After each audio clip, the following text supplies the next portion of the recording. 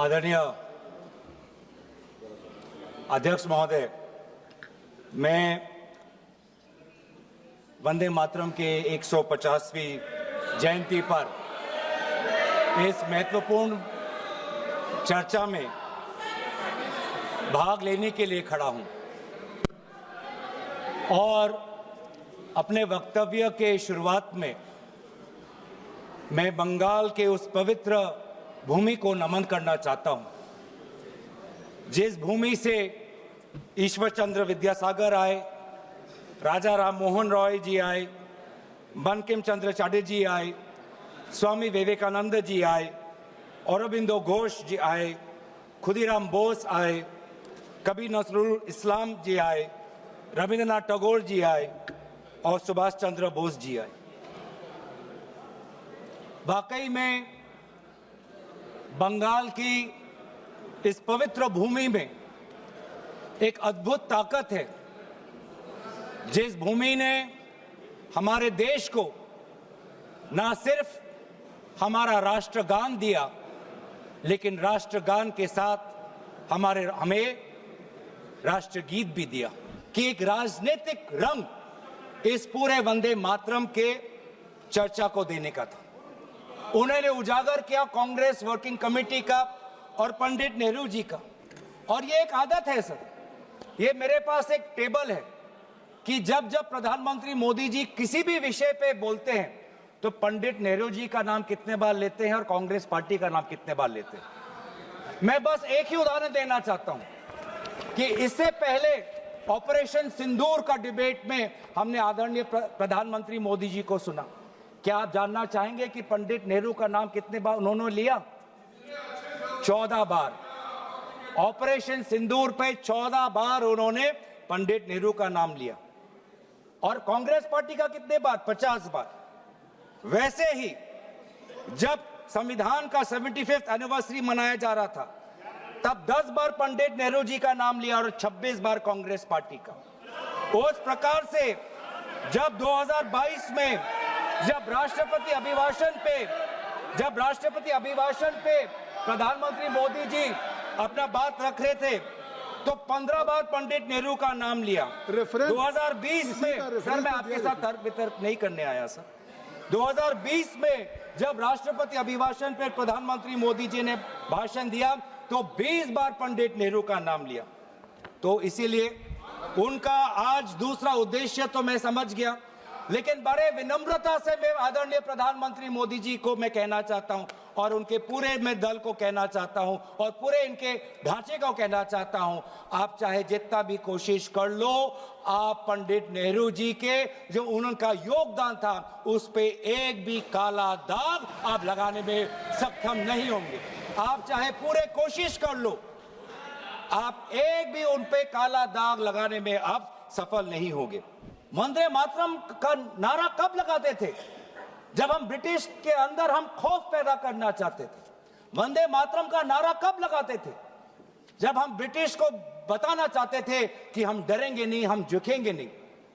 तो ये था मूल भाव वंदे मातरम का, ब्रिटिश के विद्रोह करने का। मैं पूछना चाहता हूं कि आपके राजनीतिक पूर्वजों ने वंदे मातरम की इस मंशा को आपने कब पूरा किया? कब आपने ब्रिटिश का विद्रोह किया? कब किया? अब वंदे मातरम का उद्देश्य था कि ब्रिटिश को के बीच में डर फैलाना। मैं पूछना चाहता हूं कि आपने उस मंशा को कब पूरा किया? 1937 की आप बात करते हैं और 1937 में आपको आपत्ति है, तो मैं पूछना चाहता हूं कि 1942 में जब भारत छोड़ो आंदोलन था तब आपके राजनीतिक पूर्वज कहां थे?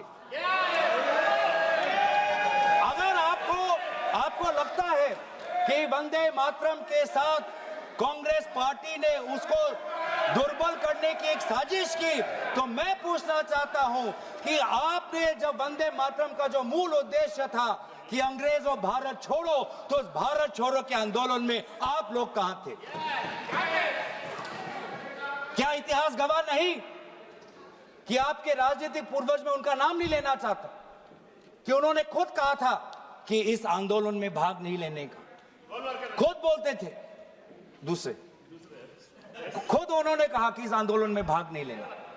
और बंगाल में आपके जो राजनीतिक आपके गुरु हैं, मैं उनका नाम भी लेना नहीं चाहूंगा, पर उन्होंने भी खुद कहा था कि भारत छोड़ो आंदोलन में भाग नहीं लेना चाहिए। आप भी सुनने का धैर्य रखें, धैर्य रखें, धैर्य की कमी मत दिखाइए, धैर्य की कमी मत दिखाइए, संयम की कमी अब मत दिखाइए। हमने संयम दिखाया, हमने धैर्य दिखाया, अब आपकी बारी है। आपने बंगाल को कभी समझा नहीं, आपने बंगाल की भक्ति को नहीं समझा, आपने बंकिम चंद्र चटर्जी को नहीं समझा। बंकिम चंद्र चटर्जी की जो विचार थे, ये पूरा जो विज्ञान को लेके जो उनके विचार थे, एक फ्री इंडिया को लेके जो उनकी विचार थी, आपने नहीं समझा। आपने रविंद्रनाथ टैगोर जी को नहीं समझा। आपके लिए तो सब कुछ बांग्लादेशी। रविंद्रनाथ टैगोर जी ने 1905 में अमर सोनार बांग्ला लिखा। आपने तो आप इतिहास नहीं जानते, आपने रविंद्रनाथ टैगोर जी का इतिहास नहीं पढ़ा, और जब कहीं आपको अमर सोनार बांग्ला आपको सुनाई पड़ता है तो आपको सिर्फ बांग्लादेशी सुनाई पड़ता है। लेकिन जिस समय वो लिखा गया, बंगाल के पार्टीशन में जो दुख, जो वेदना, अमर सोनार बांग्ला, मेरे जो सुनहरे बंगाल के प्रति जो भाव था, उसको आपने नहीं समझा।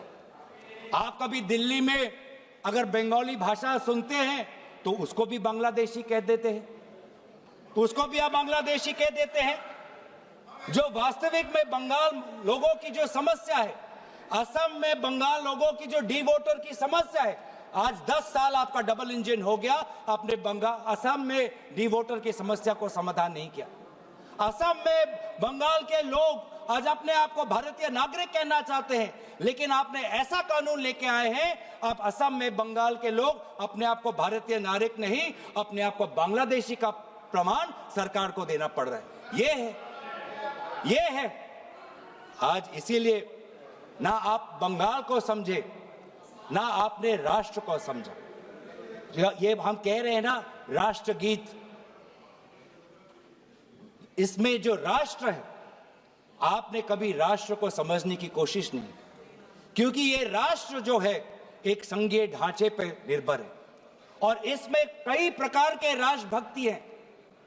आज अगर भारत एक मजबूत राष्ट्र है, वो इसलिए है क्योंकि इसमें ना सिर्फ बंगाल की राष्ट्रभक्ति समाई हुई है, इसके साथ तमिल की भी राष्ट्रभक्ति समाई हुई है, इसके साथ असम की राष्ट्रभक्ति समाई हुई है, इसके साथ पंजाब की राष्ट्रभक्ति समाई हुई है, इसके साथ केरल की राष्ट्रभक्ति समाई हुई है, इसके साथ कर्नाटका तेलंगाना की राष्ट्रभक्ति समाई हुई है, इसके साथ नागालैंड उत्तर पूर्वांचल की राष्ट्रभक्ति समाई। लेकिन आपने कभी समझा ही नहीं।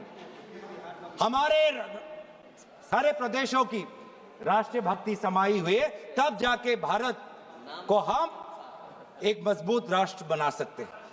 आपने कभी हमारे राष्ट्र में धर्म अनेक, वो आप ले लीजिएगा अखिलेश जी, आप ले लीजिए। हमारे राष्ट्र में धर्म अनेक, हमारे राष्ट्र में भाषा अनेक, हमारे राष्ट्र में प्रांत अनेक, लेकिन हमारे राष्ट्र में राष्ट्र ग्रंथ सिर्फ एक, वो है हमारे भारतीय संविधान। वो है हमारे भारतीय संविधान। पैगंबर अनेक, धार्मिक ग्रंथ अनेक, मंदिर अनेक, लेकिन राष्ट्र निर्माण के संदर्भ में सिर्फ एक ही ग्रंथ, वो है संविधान। और इस संविधान की सुरक्षा हम आज भी कर रहे हैं।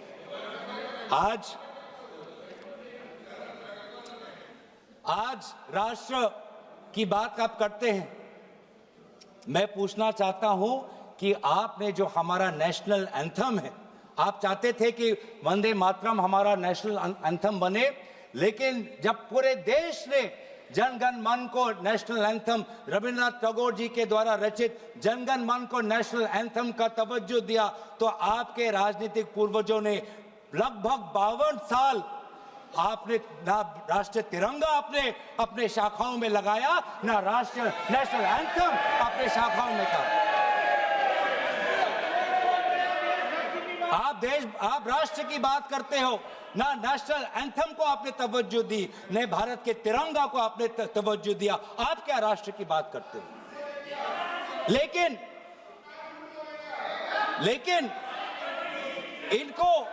इनको सत्ता का, इनकी इनकी जो परिभाषा है सत्ता की वो अलग है। इनको लगता है कि अगर सत्ता मिल गया तो पूरे राष्ट्र पर ये शासन चलाएंगे। ये लोग, यही फर्क है, मैं समझ, यही। धन्यवाद संजय जायसवाल जी, धन्यवाद।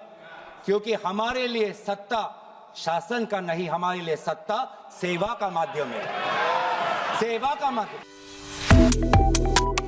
Subscribe to One India and never miss an update. Download the One India app now.